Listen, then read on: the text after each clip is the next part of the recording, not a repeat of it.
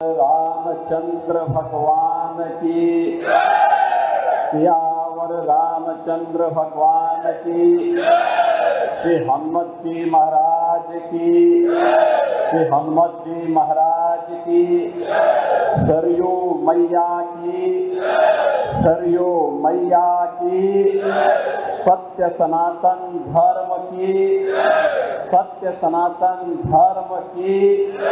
जय श्री राम, जय जय श्री राम।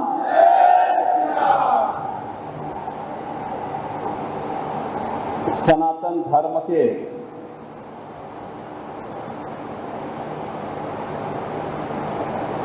महत्वपूर्ण स्तंभ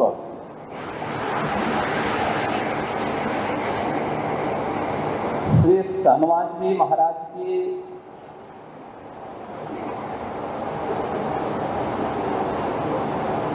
पावन तपस्थली श्री हनुमानगढ़ी के इस हनुमत कथा मंडपम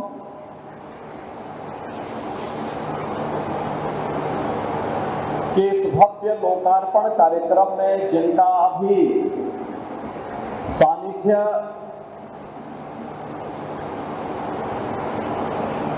सभी को प्राप्त हुआ है, ऐसे श्री हनुमानगढ़ी के गद्दी नसीब पूज्य बाबा प्रेमदास जी महाराज, पूज्य संतजन महंत संतराम दास जी महाराज, श्री महंत मुरलीदास जी महाराज, श्री महंत रामचरण दास जी महाराज, सरपंच श्री राम कुमार दास जी महाराज, श्री महंत महेश दास जी महाराज, श्री महंत गौरी शंकर दास जी महाराज, श्री महंत संजय दास जी महाराज,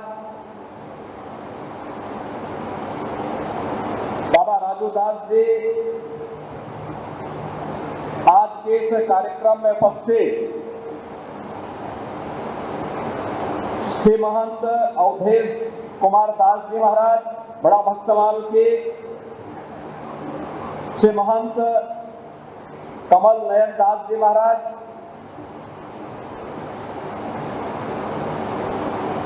श्री महंत देवेंद्र प्रसादाचार्य जी महाराज, श्री महंत राम लखन दास जी महाराज, श्री महंत रामानंद दास जी महाराज,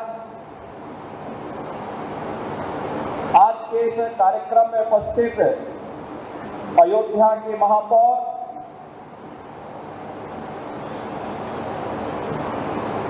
महंत गिरीशपति त्रिपाठी जी, हमारे लोकप्रिय विधायक श्री वेद प्रकाश गुप्ता जी, विधायक रामचंद्र यादव जी, विधायक डॉक्टर अमित सिंह चौहान जी, विधायक श्री चंद्रभान पासवान जी, श्री राम जन्मभूमि तीर्थ क्षेत्र ट्रस्ट के महासचिव सम्मानीय श्री चंपत राय जी, भारतीय जनता पार्टी के जिला के अध्यक्ष श्री संजीव सिंह जी, महानगर अध्यक्ष श्री कमलेश श्रीवास्तव जी, हनुमानगढ़ी और अयोध्या धाम से जुड़े हुए हमारे सभी पूज्य संतजन, भक्तजन, मैं सबसे पहले श्री हनुमान जी महाराज की पावन जो प्राचीन टीला था, त्रेता युग का टीला था, जिसमें हनुमान जी महाराज सदैव वास करके अयोध्या धाम की रक्षा के उत्तरदायित्व का निर्वहन करते थे। उस हनुमानगढ़ी की पूरी परंपरा को जिन पूज्य संत की कृपा से आज हमें यह स्वरूप देखने को मिला है, ऐसे पूज्य बाबा अभय रामदास जी महाराज के श्री चरणों में कोटि कोटि नमन करते हुए उन्हें विनम्र श्रद्धांजलि अर्पित करता हूं।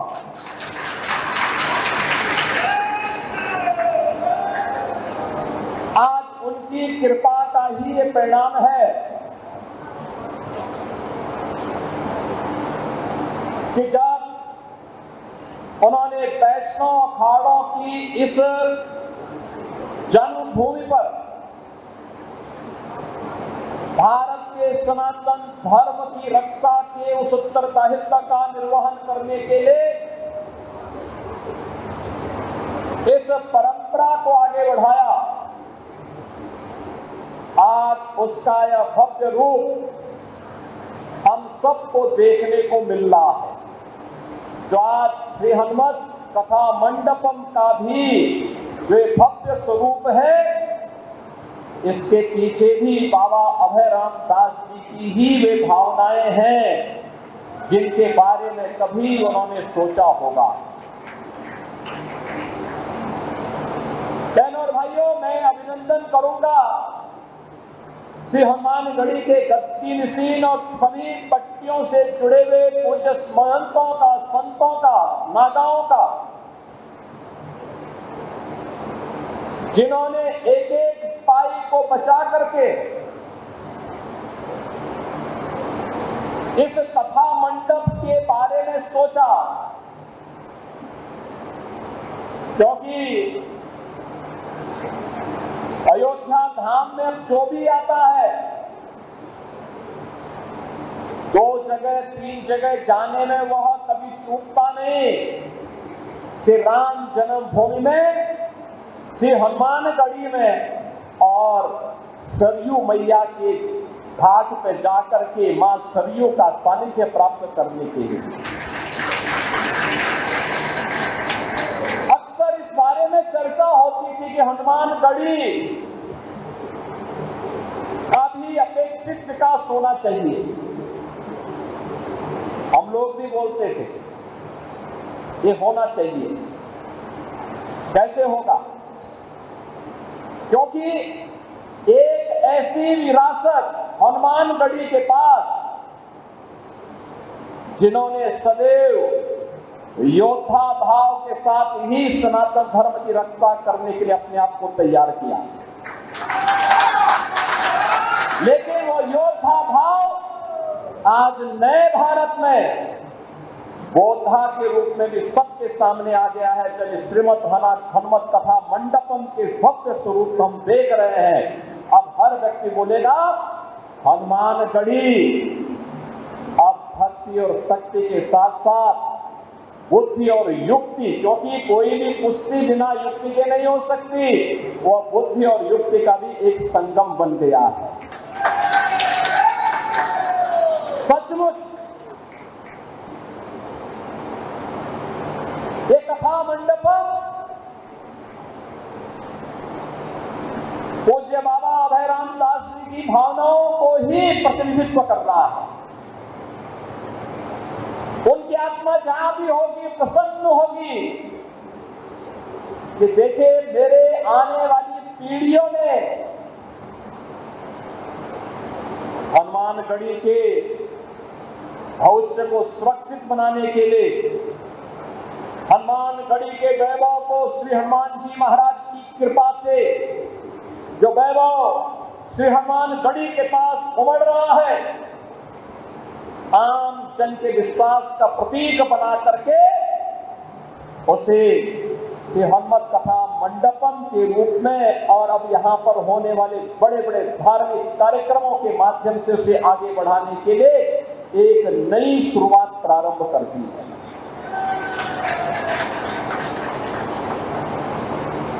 आज के इस अवसर पर मैं आप सबसे कहना चाहूंगा, हमें इस बात को ध्यान में रखना होगा, व्यक्ति हो या समाज,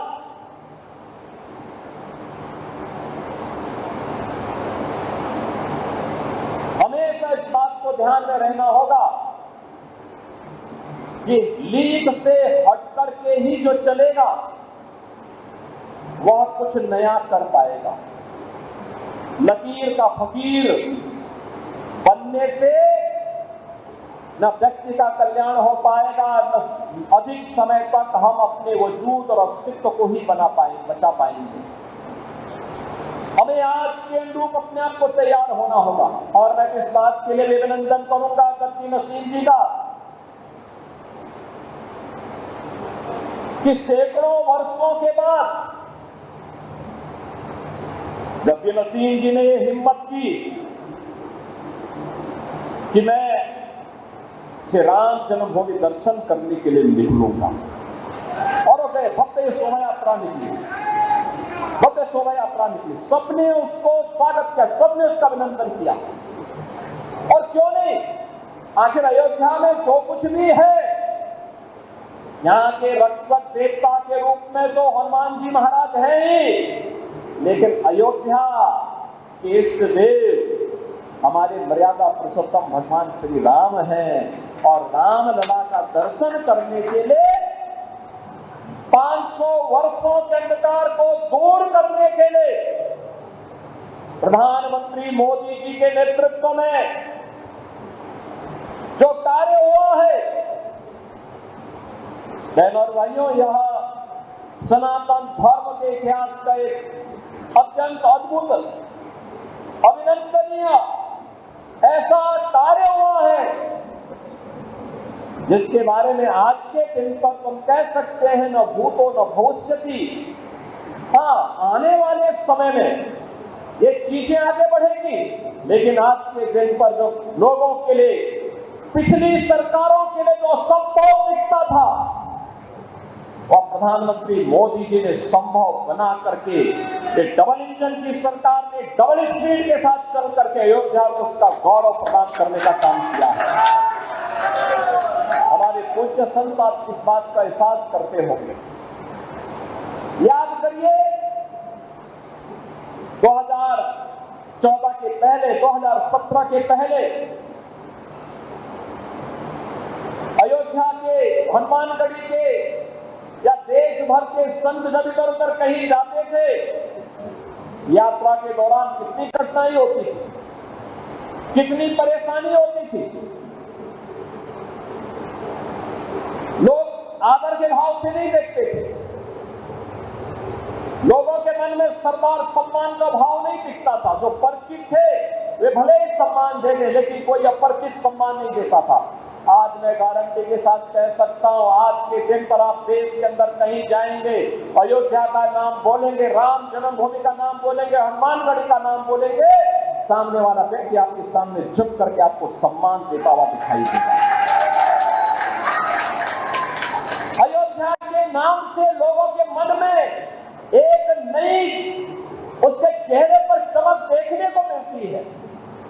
अयोध्या धाम का नाम सुनते ही अगले व्यक्ति के मन में एक नया उत्साह देखने को मिलता है, एक नया उमंग देखने को मिलता है।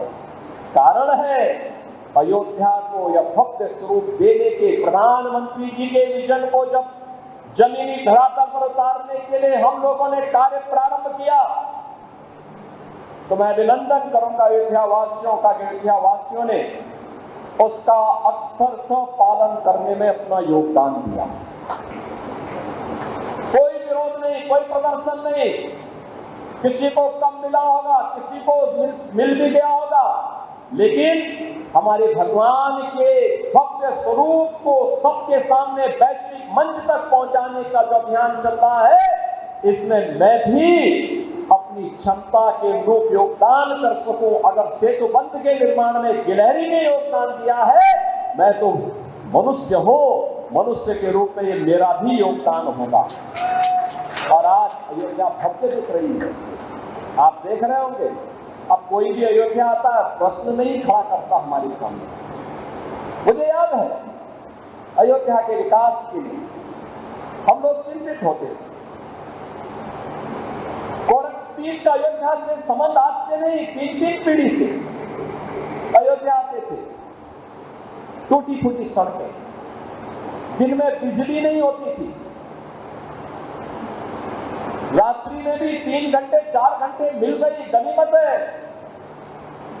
गलियों में गंदगी रहती थी, घाटों में गंदगी रहती थी। राम जी की पेड़ी का पानी निकलता ही नहीं था, वही सड़ता रहता था।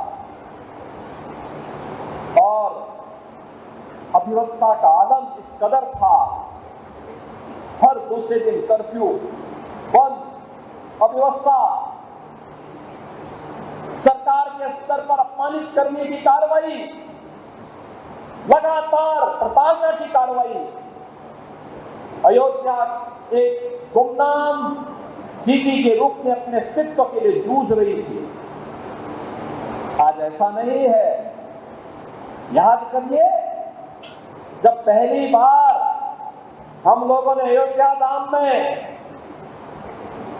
2017 में दीपोत्सव के कार्यक्रम के साथ हम जुड़ने के लिए आए थे, मेरा विश्वास था ये दीपावली को अयोध्या ने दी है दुनिया को, भारत को दिए सनातन धर्म का प्रमुख पर्व और त्योहार अयोध्या ने दीपावली के रूप में दिया है।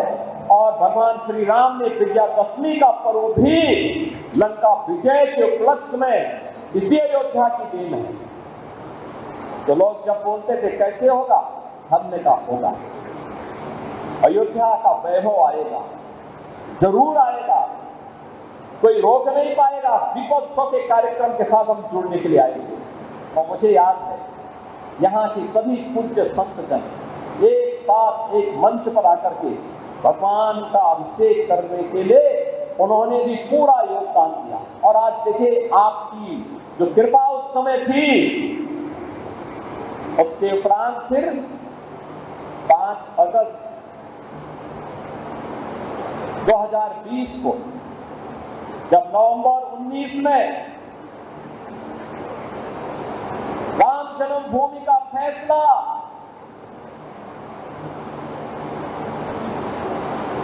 हिंदुओं के पक्ष में व सनातन धर्म के पक्ष में राम जन्मभूमि तीर्थ क्षेत्र ट्रस्ट के नाम पर हुआ, तो उसके उपरांत अयोध्या के मंदिर के भूमि पूजन कार्यक्रम के लिए पहली बार देश का कोई प्रधानमंत्री अयोध्या आकर के राम जन्मभूमि का दर्शन करने के लिए जाता है।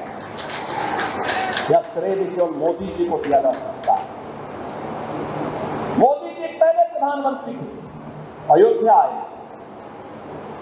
उससे पहले मुझे याद है 1-2 बार कार्यक्रम बना, हमने कहा अयोध्या, उन्होंने कहा नहीं, हम लोगों का संकल्प है स्वतंत्र राम की खाएंगे, मंदिर वहीं बनाएंगे। और उस संकल्प की पूर्ति के लिए प्रधानमंत्री मोदी जी स्वयं अयोध्या आए और अयोध्या में उन्होंने आकर के राम लला के भव्य मंदिर की आधारशिला रखी। और गत वर्ष 22 जनवरी को स्वयं फिर अयोध्या धाम आए, राम लला के भव्य प्राण प्रतिष्ठा कार्यक्रम के माध्यम से उन्होंने दुनिया को अयोध्या की तरफ आने के लिए आकर्षित कर दिया। आज आप देखते होंगे, महाकुंभ का आयोजन हो रहा था प्रयागराज में और भीड़ जमा थी अयोध्या में। कौन ऐसा सनातन धर्मावली रहा होगा पूरी दुनिया में, जहां कहीं भी रहता है, जिसका रुख अयोध्या की तरफ न रहा? कौन ऐसा दुनिया में रहने वाला सनातन धर्मावलंबी है, अगर वह दुनिया के किसी भी कोने में रहता है, वह अमेरिका में रहता होगा, कनाडा में रहता होगा, यूरोप के किसी देश में रहता होगा, ऑस्ट्रेलिया में रहता होगा, न्यूजीलैंड में रहता होगा, दक्षिण पूर्व एशिया के किसी देश में रहता होगा, कहीं भी रहता होगा, अगर वह भारत आया है और भारत में उसके पास 3 दिन का समय है, उसकी इच्छा होती है कि मैं अयोध्या आऊं, अयोध्या में आकर के मैं भगवान राम के मंदिर का दर्शन करूं, अयोध्या आता तो हमसे पहले पूछते हैं कहाँ कहाँ जाना है, हम कहते हैं उसको आप जन्मभूमि में जाएंगे, उससे पहले हनुमानगढ़ी में जाके दर्शन करके आना। वो कहते हैं इससे क्या होता है, मैंने कहा जैसे काशी में पहले हम काल भैरव का दर्शन करते हैं तब भगवान विश्वनाथ का दर्शन करते हैं, ऐसे ही अयोध्या में पहले जाते हो तो पहले हनुमानगढ़ी में जाके दर्शन करो और फिर राम जन्मभूमि में जाओगे तो पूरा पुण्य प्राप्त हो जाएगा। और जो आता है, अगर कोई 10 वर्ष के बाद 5 वर्ष के बाद कोई आता है और वो आकर के देखता है क्या ये वही गलियां हैं, ये वही हनुमानगढ़ी है, ये वही जन्मभूमि है, ये वही रामपथ है, ये वही धर्मपथ है, ये वही भक्तिपथ है, ये वही रेलवे स्टेशन है, ये वही अयोध्या है। इस अयोध्या में 5 साल पहले मैं आया था और कह रहा था जमीन आसमान का अंतर होगा कि इतनी जल्दी कैसे परिवर्तन हुआ। आज आप देख रहे होंगे जितने भी मार्ग हैं अयोध्या के सब 4 लेन से जुड़ चुके, 4 लेन के साथ जुड़ चुके। लखनऊ से अयोध्या की जो कनेक्टिविटी थी ये केवल 4 लेन की थी, आज केवल हाईवे ही नहीं, अयोध्या के अंदर के मार्ग भी 4 लेन के हो गए हैं। और लोग आते हैं लाखों की संख्या में। जब महाकुंभ के दौरान में प्रतिदिन रिपोर्ट देता था अयोध्या धाम का, उस दौरान में यहाँ पे देखता भी था। कभी कभी तो मुझे ये देखते हुए कि प्रशासन वहां व्यवस्था में लगा हुआ था, नीचे नहीं उतरता था, ऊपर से देख करके फिर मैं निकल जाता था, जिससे किसी को परेशानी न हो। और फिर अगर कोई बात होती थी तो मैं प्रशासन को बताता था फलानी जगह पे ये व्यवस्था करवाई।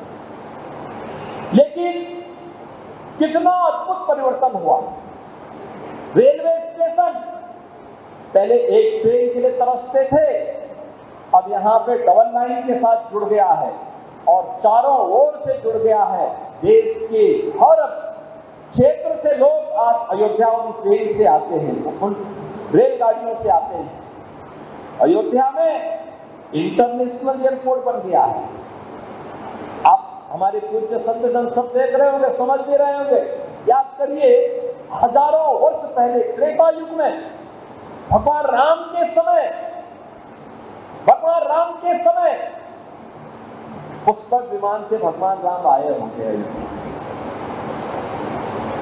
उसके बाद से फिर अयोध्या आने का अवसर नहीं मिला होगा किसी को। एक छोटी सी एयर स्ट्रिप थी राज्य सरकार की, छोटी सी,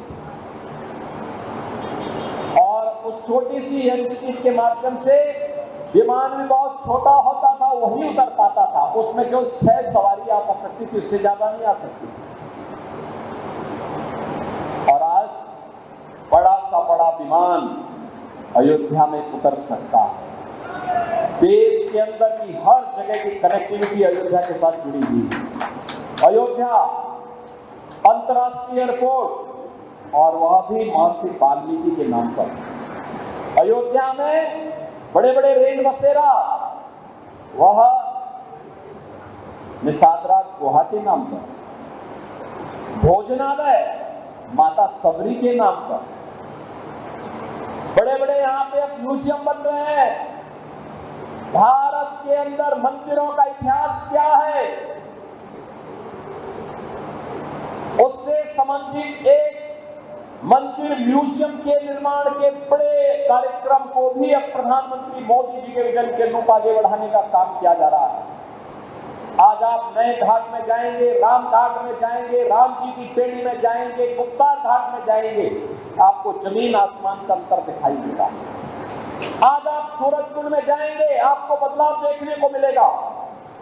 आज आपको अयोध्या के अंदर जहां कहीं भी आप जाएंगे, पहले हम बिजली के लिए तरसते थे, अब बिजली इतनी आती है कि अब लोगों को, वर्तमान पीढ़ी को, नए लोगों को पता ही नहीं होगा कि कभी बिजली कड़ती नहीं थी यहाँ की। ये परिवर्तन है और इस परिवर्तन का साक्षी बनने के लिए इस नए अयोध्या में श्री राम जन्मभूमि के पावन धाम में श्री हनुमानगढ़ी भी इस परिवर्तन का हिस्सा बन करके श्री हनुमत कथा मंडप के भव्य स्वरूप के साथ आज यहाँ पर आया है। मैं गद्दी नसीम जी का, सभी पट्टियों के पूज्य महंतों का, सभी पूज्य संतों नागाओं का इसके लिए हृदय से अभिनंदन करता हूं, आपको बधाई देता हूं, बधाई इस बात के लिए देता हूं।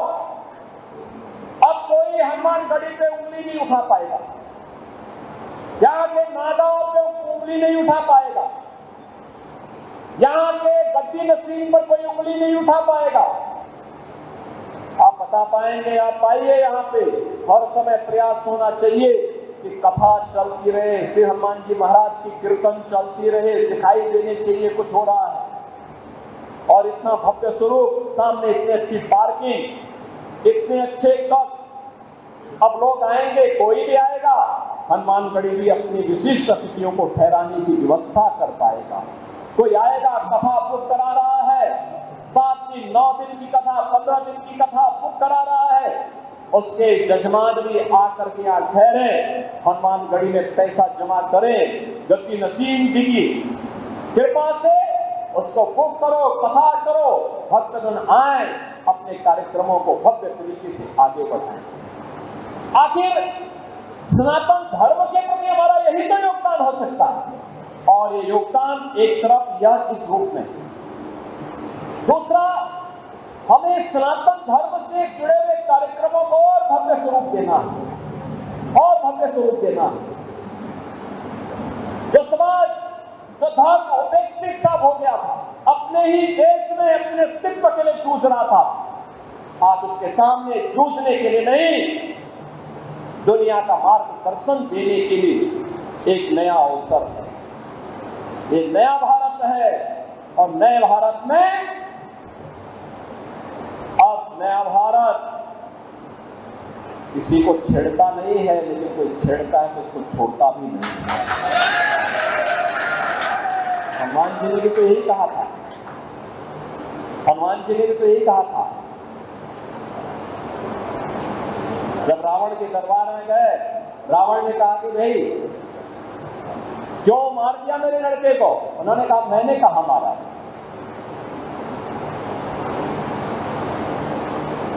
तो उसने मुझे मारा था, मैंने उसका प्रतिकार कर दिया, अब उसकी ताकत इसमें दमी नहीं था, मर गया तो मैं क्या करूं? पाकिस्तान पे हमला तो भारत की सेना ने नहीं किया था,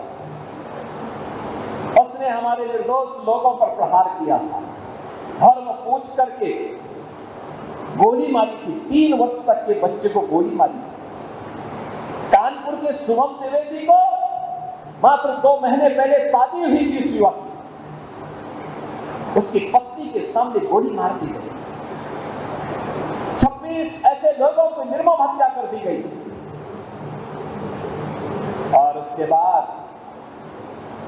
24 के बदले 124 लोग भारत की बहादुर जवानों के, भारत के तीनों सेनाओं के द्वारा संयुक्त रूप से की गई कार्रवाई में ऐसे 124 से अधिक आतंकवादी मारे जा रहे हैं।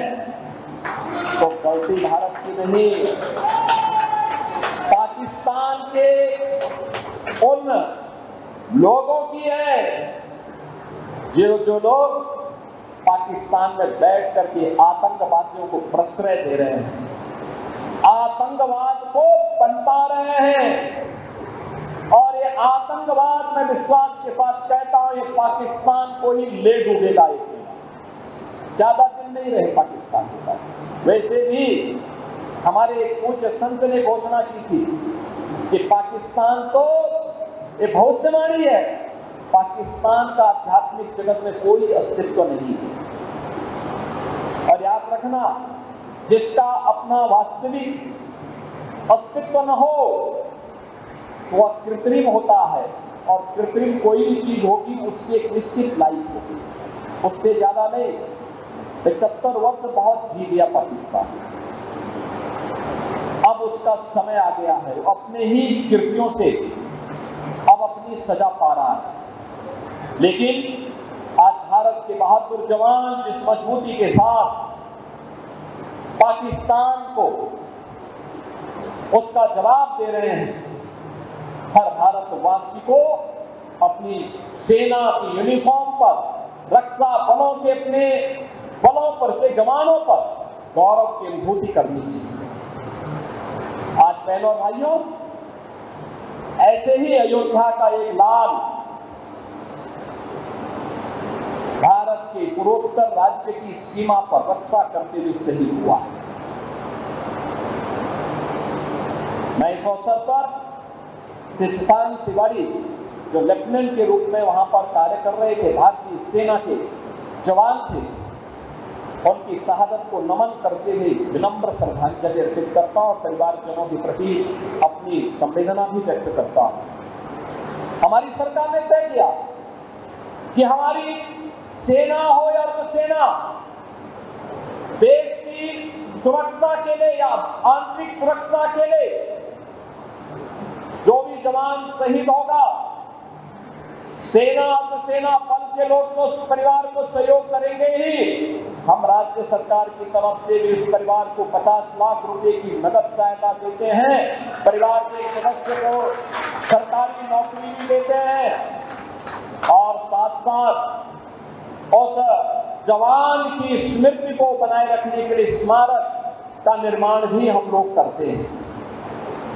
बहनों और भाइयों, हमें इस बात को याद रखना होगा कि सनातन धर्म के कारण ही हमारा वजूद है, हमारा अस्तित्व है। हम सब कुछ स्वीकार करेंगे, लेकिन अपने देश और अपने धर्म के खिलाफ कुछ भी स्वीकार नहीं करेंगे। ये हमारा संकल्प होना चाहिए। श्री राम जन्मभूमि, श्री हनुमानगढ़ी, हमारे पूज्य संतों के आश्रम, हमारे मठ मंदिर, हमारे पूज्य संतजन, इस सनातन धर्म के स्तंभ हैं, सनातन धर्म के आधार हैं। इनका सम्मान होना चाहिए। इनकी गरिमा और इनके गौरव के विरुद्ध कोई भी आचरण स्वीकार्य नहीं होना चाहिए। और इसीलिए डबल इंजन की भारतीय जनता पार्टी की सरकार पूरे देश के अंदर विकास को विरासत के साथ जोड़ करके कार्य कर रही है। विरासत जो भगवान राम की है, विरासत जो भगवान श्री कृष्ण की है, विरासत जो बाबा विश्वनाथ की है, विरासत जो हमारे पूज्य संतों की है, और विरासत की उसी व्यवस्था को आगे बढ़ाने के लिए आज आप देखते होंगे अब हम लोगों ने अयोध्या के साथ साथ विंध्यवासिनी धाम में भी काम प्रारंभ किया। वहां पे भव्य कॉरिडोर दे दिया है। प्रयागराज में भव्य और दिव्य कुंभ आपने देखा होगा, कितना भव्य और दिव्य कुंभ हुआ था। सनातन धर्म का आयोजन इतनी भव्यता के साथ होगा और दुनिया की कोई माई का लाल उस आयोजन में विघ्न बाधा नहीं डाल पाएगी। यह भी हमारा संकल्प था। पूज्य संतों के आशीर्वाद से कार्यक्रम पूरी भव्यता के साथ आयोजन संपन्न हुआ। इतने लोग कभी नहीं आए थे कुंभ में। 66 करोड़ से अधिक श्रद्धालु महाकुंभ में भागीदार बने। नमामि गंगे के माध्यम से विरल और निर्मल गंगा के दर्शन हो। जो भी आया अभिभूत होकर के गया, अभिभूत होकर के गया। हमें समय रहते अपने मित्र और शत्रु को पहचानने की आवश्यकता है। याद रखना, ये काम बड़ी चालाकी से हमें करना होगा, बड़े उसी बहादुरी के साथ जैसे श्री हनुमान जी महाराज ने किया था। याद करिए, जब संजीवनी बूटी लेने के लिए गए थे, विघ्न बाधाएं उनके सामने आएंगी और कालनेमी भी सामने आ गया था। पहचान गए हनुमान जी महाराज और कालनेमी को उसकी गति को भेजते हुए उन्होंने संजीवनी बूटी को लेकर के हम लक्ष्मण जी महाराज की प्राणों की रक्षा की। याद करना, छद्म रूप से छुपे हुए उन लोगों से हम सावधान हो जो सनातन धर्म के मार्ग में बाधक है, सनातन धर्म के विकास में बाधक है, सनातन धर्म के मार्ग में अवरोध खड़ा करते हैं और भारत की सुरक्षा में सेंध लगाने का काम कर रहे हैं। उन लोगों को हम चिन्हित करें, सरकार को बताएं, स्थानीय स्तर पर प्रशासन को अवगत कराएं। एक पक्ष या दूसरा धर्मस्थलों का भव्य स्वरूप होना चाहिए। जैसे भव्य स्वरूप अभी जैसे ही हम लोग इस सभागार में प्रवेश कर रहे थे, ऊपर में देखा था हनुमान जी महाराज की कितनी भव्य प्रतिमा लगी, कितनी भव्य प्रतिमा। जो आएगा बाहर का दर्शन करते ही भूत हो जाएगा। कितना भव्य स्वरूप इस सभागार का दिया। लोग आएंगे इतनी मजबूती के साथ यहाँ पे आकर के उतने उत्साह के साथ कथा का श्रवण कर पाएंगे। हनुमान जी महाराज की कृपा, एक तरफ बजरंगबली है और दूसरी तरफ स्वयं रामलला विराजमान है। दोनों की कृपा और मध्य में या श्री हनुमत कथा मंडपम की कृपा प्रसाद से उत्तर में सरयू मैया का आशीर्वाद, ये सभी कुछ यहाँ पे प्राप्त होगा। इस त्रिवेणी को इस श्री हनुमत कथा मंडपम के माध्यम से आज यहाँ पे प्रस्तुत करने का जो कार्य हुआ है, इसका लोकार्पण का जो कार्यक्रम हुआ है, मैं इसके लिए गति नसीम जी को, सभी पट्टियों के श्री महंत को, यहाँ के सभी पूज्य संतों को, सभी नागाओं को, अयोध्या धाम से जुड़े हुए श्री राम जन्मभूमि तीर्थ क्षेत्र ट्रस्ट से जुड़े हुए सभी अपने पदाधिकारी और पूज्य संतों को एक बार इस कार्य के लिए अयोध्या वासियों को हृदय से बधाई देता हूं। हनुमानगढ़ी के अपने सभी नागाओं का आह्वान करूंगा। याद रखना, हमारा इतिहास सनातन धर्म के उस कालखंड की सेना के रूप में जाना जाता है जब यह देश विधर्मी आक्रांताओं से त्रस्त था। तब इन वैष्णव तीनों अन्य अखाड़ाओं ने सनातन धर्म की रक्षा करने के लिए अपने आप को समर्पित किया था। तब भी सब समर्पित किया और हमारा इतिहास याद रखना, अपने उस इतिहास पर हमें गौरव की अनुभूति होनी चाहिए। याद करिए, श्री राम लला का प्रकटीकरण जब दिसंबर 1949 को होता है, तब भी इसी हनुमानगढ़ी के एक पूज्य संत एक नागा के रूप में बाबा अभयराम दास जी उस समय में थे। उनकी भी उस समय कृपा मिली थी। आज सोचिए, अगर हम भी ये छोड़ देते कि अभयराम दास जी महाराज जी अगर ऐसे कर देते, क्या होगा? छोड़ देते सबके भरोसे के, चलो जाने दीजिए, मेरा क्या जा रहा है। क्या भव्य स्वरूप राम जन्म होने का हमें देखने को मिलता? क्या हम लोग इस रूप में देखने को मिलता? लेकिन नहीं, वह लड़ाई लड़ी गई। आप सोचिए, उस कार्यक्रम को किस मजबूती के साथ दिगंबर अखाड़ा के हमारे श्री महंत पूज्य रामचंद्र परमहंस दास जी महाराज लगातार उससे जूझते रहे। सदैव अशोक सिंघल जी विश्व हिंदू परिषद के हमारे राष्ट्रीय कार्यकारी अध्यक्ष के रूप में लगातार जिनका पूरा जीवन सनातन धर्म और राम जन्मभूमि के लिए समर्पित था, मेरे पूज्य गुरुदेव पूज्य महंत अवैधनाथ जी महाराज, आज इन सभी पूज्य संतों की, इन सभी हुतात्माओं की, इन सभी पवित्र आत्माएं जहां कहीं भी होंगी, अयोध्या के वैभव को देख करके निश्चित ही उनकी आत्मा में संतुष्टि का अनुभव हो रहा होगा कि चलिए, अयोध्या हमारे संघर्षों की, पूज्य संतों के संघर्षों की जो एक गाथा है, आज वह उस वैभव को प्राप्त कर रही है जिसका वह हकदार थी। और वह हकदार अयोध्या में आज हम सबको इस रूप में देखने को मिलता है। अयोध्या बदली तो हनुमानगढ़ी ने भी संकल्प लिया कि हम भी इस मार्ग के पथे बन करके भव्य स्वरूप बना करके दिखाएंगे।